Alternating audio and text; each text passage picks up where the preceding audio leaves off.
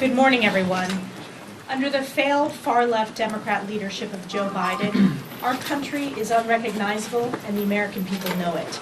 Once acclaimed colleges and universities have turned into chaos, fallen to brainwashed anti-Semitic groupthink, canceling commencements. Instead of protecting Jewish students, Joe Biden has pandered to the pro-Hamas wing of the Democrat Party. And campus leadership has shamefully followed suit, negotiating with these pro-Hamas terrorists and submitting to their demands, following Joe Biden's pattern of appeasement.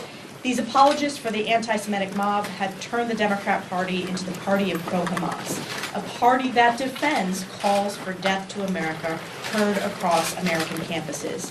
As we laid out last week, House Republicans, under the leadership of Speaker Mike Johnson, are taking action. As part of this conference-wide investigation, we have two major hearings this week. The Oversight Committee is bringing Mayor Bowser and DC Chief of Police before Congress for answers regarding the anti-Semitic mob at GW's campus, and the Education and Workforce Committee will address anti-Semitism in K-12 schools.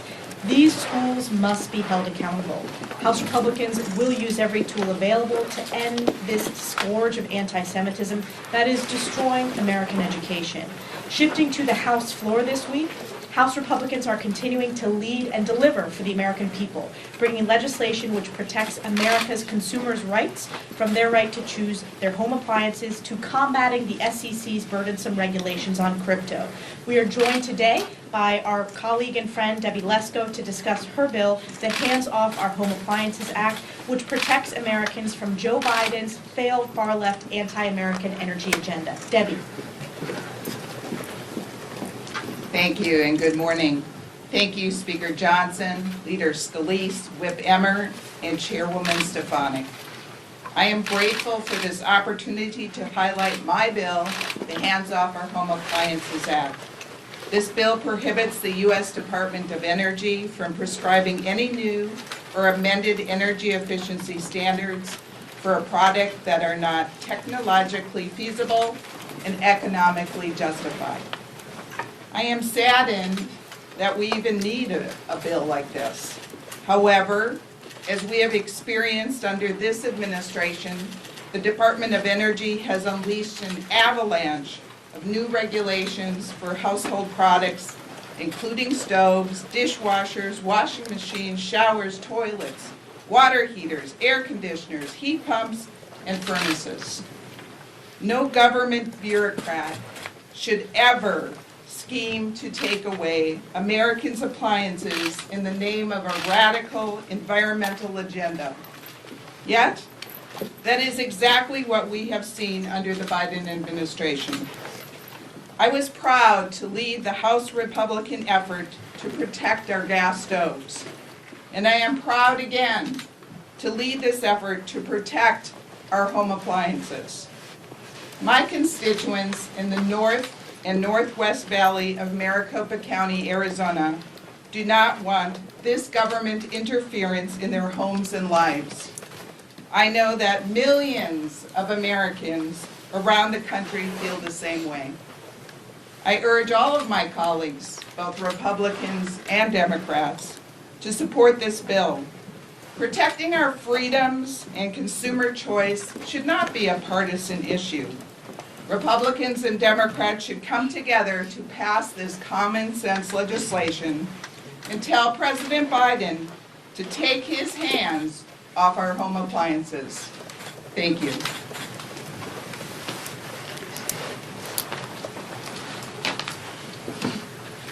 Chairman Gary Gensler's tenure at the SEC has been characterized by regulatory hypocrisy, inconsistency, and incompetence. The Securities and Exchange Commission's Staff Accounting Bulletin 121, commonly known as SAB 121, is just one example of Chair Gensler's egregious attempts to expand the SEC's authority and his clear bias toward the digital asset ecosystem.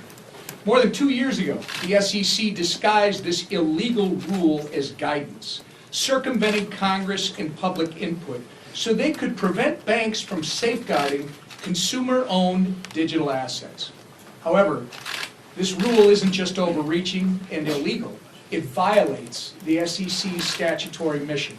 First, SAB 121 introduces more unnecessary and avoidable concentration risk into the digital asset ecosystem, making our markets less fair, less orderly, and less efficient. Second, it weakens investor protections by barring Americans from using the established banking infrastructure to custody their digital assets, which leaves Americans' assets more vulnerable if a custodian becomes insolvent. And third, this rule hampers capital formation and global competitiveness, as foreign banks already have the ability to compete in crypto markets while our banks cannot. The SEC's statutory mission is to protect investors, facilitate capital formation, and maintain fair, orderly, and efficient markets. Chairman Gensler is violating all three of these with his illegal SAB 121 rule. Later this week, House Republicans, we're going to do our job to provide oversight and accountability to the SEC by passing Congressman Mike Flood's resolution so that this illegal and harmful rule ceases to be in effect. I hope that our colleagues on the other side of the aisle will join us as we work to ensure the digital asset ecosystem can thrive right here in the United States. And I turn it over to our leader, Steve Scalise. Thank you, Whip. Last week you saw the House pass overwhelmingly a bill to stand up to the anti-Semitism that we're seeing on college campuses all across America. If only those college presidents would do their jobs in protecting their students, Jewish students that are threatened every day. Right now as finals are approaching, you've got some schools that are actually canceling in-person classrooms and in-person finals because the schools don't want to protect their students from anti-Semitism. It's disgraceful. And we've called on those heads of universities to step down who aren't doing their jobs. You saw just a few days ago here on this stage, the speaker leading an effort that 6 of our different standing committees are participating in to ultimately go into and dig into the money, the billions and billions of dollars of taxpayer money that these universities are receiving, some with requirements like Title VI that ensure that they protect their students, and these universities are not meeting the legal obligations as they're taking those billions of dollars. We're going to be digging into that. You're seeing it this week with the Oversight Committee, bringing in Mayor Bowser to hold her accountable for the fact that when George Washington was under siege from one of these mobs, as you're seeing on so many other campuses, they called in the police, and Mayor Bowser's administration told the police not to go and help out. That's the job of police. Police want to do that job, want to keep people safe. And when you've got elected leaders that are telling the police not to keep students safe, you're going to see this House Republican majority take action to hold those leaders accountable. And so you're going to see that from every standing committee that has jurisdiction. We're going to be following the money. We're going to be bringing in more heads of universities. This isn't going to end. And I'm sure the speaker's going to talk about this more too, but this House came together to support an aid package for Israel, our dear ally in the Middle East who's under attack since October 7th. They're out there right now fighting a terrorist organization, Hamas. And we passed an aid package that is currently being held up by the Biden administration. It is time for the Biden administration to stop holding up that aid to Israel. Congress came together in a very bipartisan way to pass that much-needed relief so that they can go and root out a terrorist organization who killed Israelis, who killed Americans, who still has about 130 hostages that they're holding. And the Biden administration is going to hold up the aid to Israel? We're going to continue to speak out against that as well. The person leading that charge to speak out and hold the administration accountable is our Speaker, Mike Johnson. Thank you, Leader Scalise, and all my colleagues, thank you all for being here. It's a big day on Capitol Hill. I've passed the 6-month mark serving as Speaker of the House, and part of the job of the Speaker is to go all around the country and meet with Americans and hear from Americans and engage what their greatest concerns are. And so in the last 6 months, we've calculated it over the weekend. I've been to more than 100 cities in more than half the states. It doesn't matter where I am, whether I'm out west or Manhattan or the Deep South or the Midwest.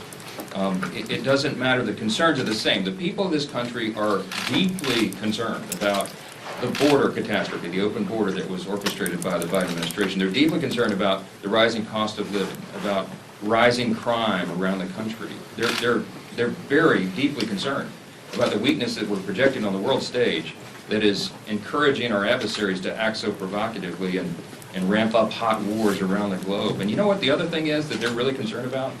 They're deeply concerned about the institutions of government itself. And we're trying to keep steady hands on the wheel here and keep the legislative branch moving and operating in the best interest of the people. And that's a heavy task when we have divided government as we do, and the smallest majority in U.S. history, famously, that everybody knows. But one of the things that is also in jeopardy right now is our judicial branch, and it's our system of government itself. And I don't think we can say often enough here how much that has been abused under this administration, and with local prosecutors, state prosecutors, and at the federal level, who are using lawfare. They're using our judicial system to go after political opponents. The most obvious example of that, and I think the most egregious one in history, is what is being done to Donald Trump right now. This is yet another week where cable TV has a split-screen image, right? On one side, turn on any news station, you see the partisan prosecutors and the double-standard DOJ going after President Trump, and on the other side, college campuses being wrecked by anti-Semitic mobs.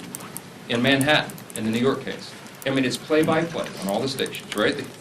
That case should never have been brought. If there's ever been an example of lawfare, everybody can look at that and see. The trial is being orchestrated by Democrat supporters of President Biden who are trying to make a name for themselves. I mean, they're pretty open about that. They used it in their campaign pledges. We've got a Democrat district attorney, a Biden donor judge, whose daughter is a Democratic political consultant and has clients that use the case in their solicitation emails to raise money. And now we've learned there's an assistant DA who was recently a top man at the DOJ and received over $10,000 in payments from the Democratic National Committee. This is all wrong. It doesn't matter what political party you're in. You have to look at this. If you look at this objectively, you know deep down that this is wrong. And think about all this in the context of New York. Assaults in New York are at their highest level ever. Crime is through the roof. The DA has decided to bring an 8-year-old bookkeeping charge that rests on the testimony of a long-proven liar and perjurer. And the judge, who is a well-known Democrat, is pursuing an indefensible gag order on President Trump. Now just think about that. Think about the magnitude of that. He's trying to override President Trump's constitutional right to defend himself against the constant smears of his political opponents in an election year. But not just any election year. The election year that most everyone understands is the most fateful one of our lifetimes.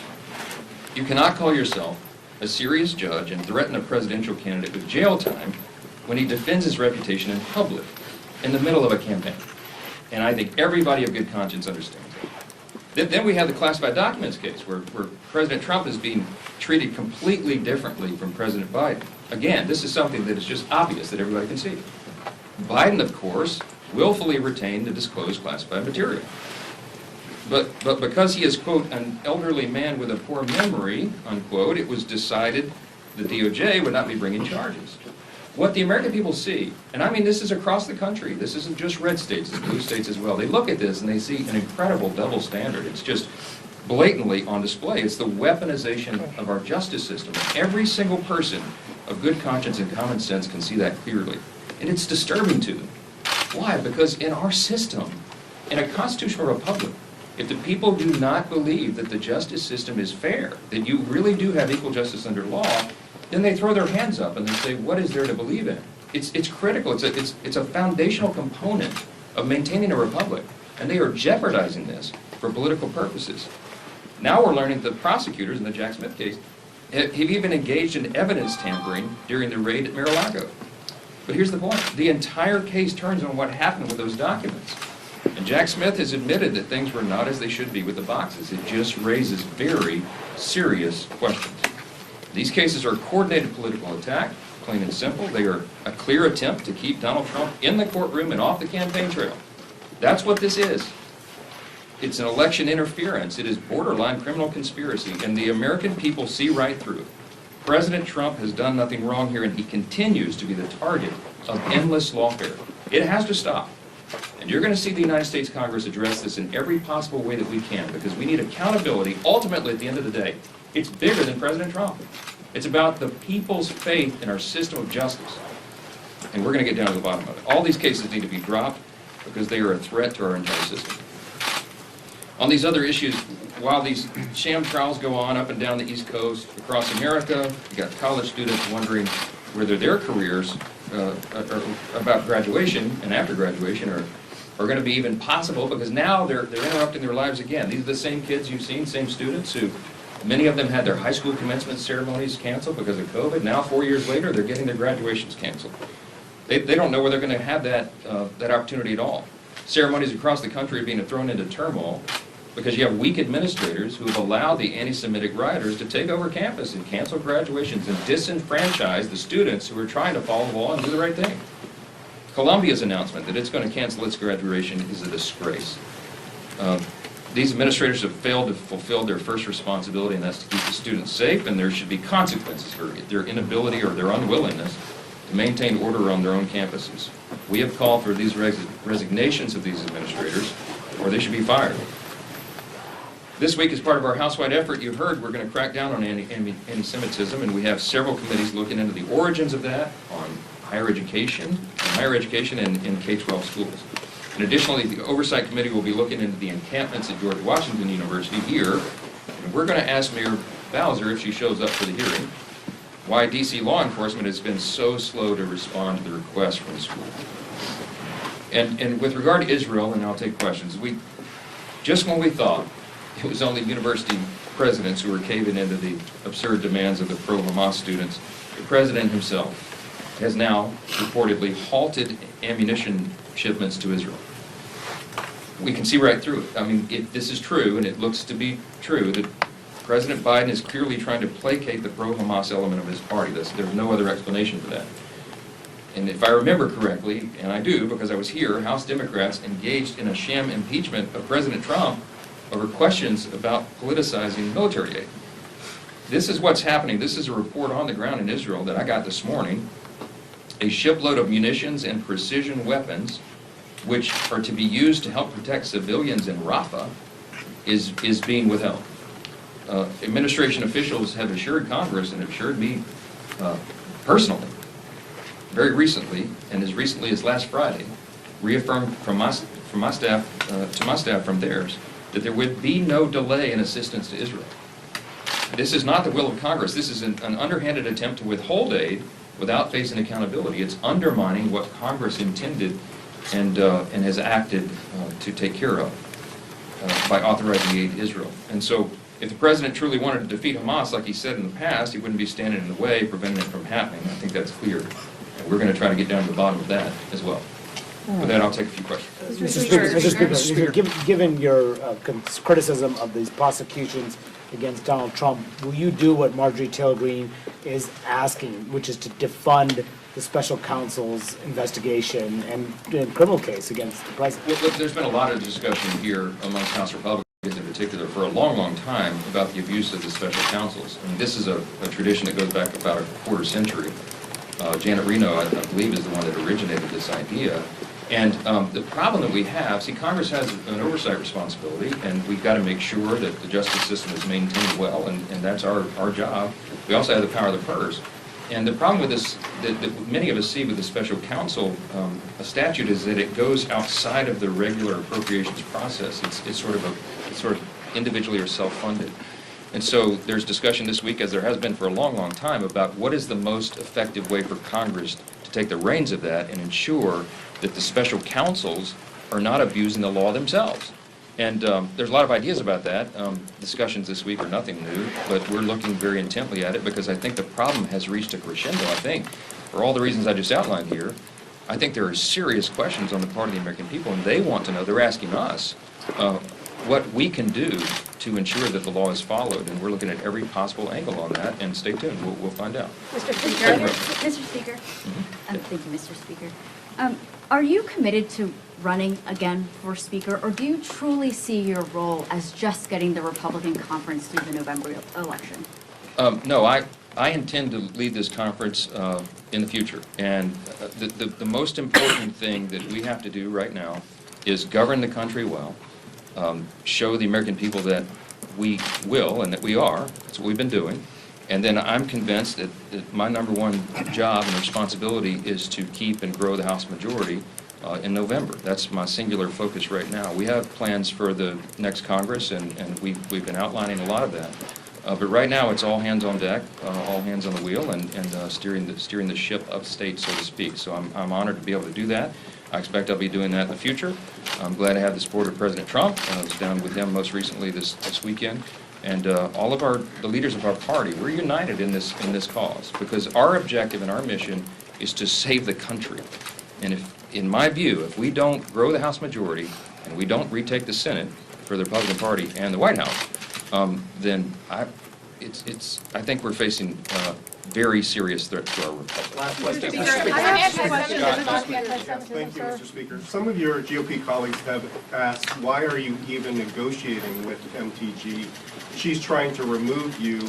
Why are you entertaining her demands? I think if John Boehner were still here, he might have called her a legislative terrorist. So, can you talk a little bit about why you decided to sit down with her for hours on end? Let me address it. So yesterday I met at some length with Marjorie Taylor Greene and Thomas Massey. It was a good discussion. I thought it was productive. We'll visit again today. It's not a negotiation, okay? This is how I've operated as Speaker. I committed to do it before I became Speaker, and we've been doing this for the last 6 months. I reminded my conference of this just within the last hour. Everybody knows. I have lengthy discussions, detailed discussions on a daily basis with members across the conference. There are 217 of us. It takes a lot of time. This is why I don't get enough sleep these days. But what it's required when you have the smallest majority in history is that you have to quite literally get everyone to work together. When you can only lose one vote on a party preference or priority, it takes a lot of time to build consensus. And so what I do every day, Scott, is almost on an hourly basis, is I hear suggestions and ideas and thoughts from members. My door has been open from day one. Everybody knows that. I mean, I spend endless hours at this. There's nothing unusual about this. I've heard Marjorie and Thomas's ideas, just like I have every day for the last 6 months, heard others. And I reminded the conference this morning, everybody has the same opportunity to do that. It's not a negotiation at all. What we're trying to do, and what my job is to every day improve processes, procedures, our policy preferences, our legislation, and make sure that we can build the right consensus to get everybody together. It takes an inordinate amount of time and a lot of patience to do that in a time like this, but I'm committed to it, and we're going to continue to do that. So I take Marjorie's ideas and Thomas's and everybody else's equally, and we assess them on their own value, and where we can make improvements and changes and all of that we do. And that's what this is. There's nothing more than that going on. Yeah. Mr. Speaker, Thank one you. more. Briefly on President Biden.